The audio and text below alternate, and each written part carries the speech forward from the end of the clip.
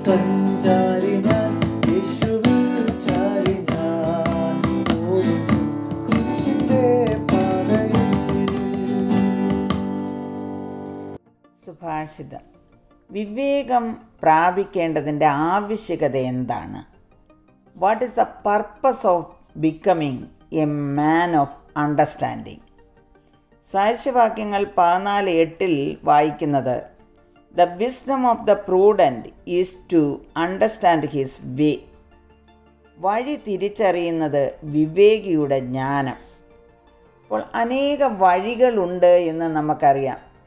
ശരിയായ വഴിയിൽ കൂടി യാത്ര ചെയ്തെങ്കിൽ മാത്രമേ നമുക്ക് ലക്ഷ്യസ്ഥാനത്ത് എത്തുവാനായിട്ട് സാധിക്കുകയുള്ളൂ.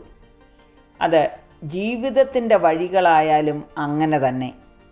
പലപ്പോഴും നാം എങ്ങനെയാണ്, ഏത് വഴിയിൽ കൂടെയാണ് യാത്ര ചെയ്യേണ്ടതെന്ന് നമുക്കറിയാൻ പാടില്ലാത്ത അവസ്ഥകളുണ്ടാകും. അപ്പോൾ നാം എന്താണ് ചെയ്യേണ്ടത്?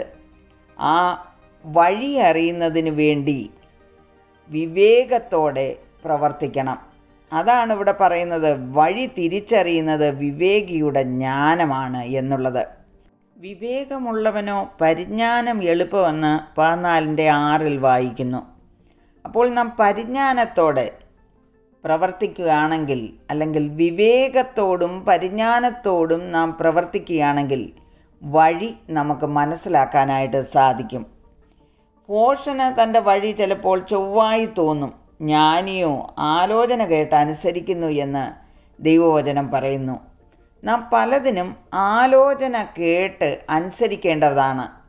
ദൈവവചനത്തിൻ്റെ അടിസ്ഥാനത്തിൽ നാം ആലോചന പ്രാപിക്കണം. ഇയ്യോബ് 32:8 പറയുന്നത്, സർവശക്തൻ്റെ ശ്വാസം അവർക്ക് വിവേകം നൽകുന്നു. ദൈവത്തിൻ്റെ ശ്വാസം എന്ന് പറയുന്നത് ദൈവവചനമാണ് എന്ന് നമുക്കറിയാം. 2 തിമോത്തിയോസ് 3:16 വായിക്കുന്നത്, എല്ലാ തിരുവെഴുത്തും ദൈവശ്വാസീയം ആകയാൽ ദൈവത്തിൻ്റെ മനുഷ്യൻ സകല സൽപ്രവൃത്തിക്കും വക പ്രാപിച്ച് തികഞ്ഞവനാകേണ്ടതിന് ഉപദേശത്തിനും ശാസനത്തിനും ഗുണീകരണത്തിനും നീതിയിലെ അഭ്യാസനത്തിനും പ്രയോജനമുള്ളതാകുന്നു. അപ്പോൾ ദൈവശ്വാസീയമായി ലഭിച്ച ദൈവവചനം അനുസരിച്ച് നാം ജീവിക്കുമ്പോൾ നമുക്ക് ജ്ഞാനമാണ്, അത് ദൈവത്തിൻ്റെ ആലോചനയാണ്.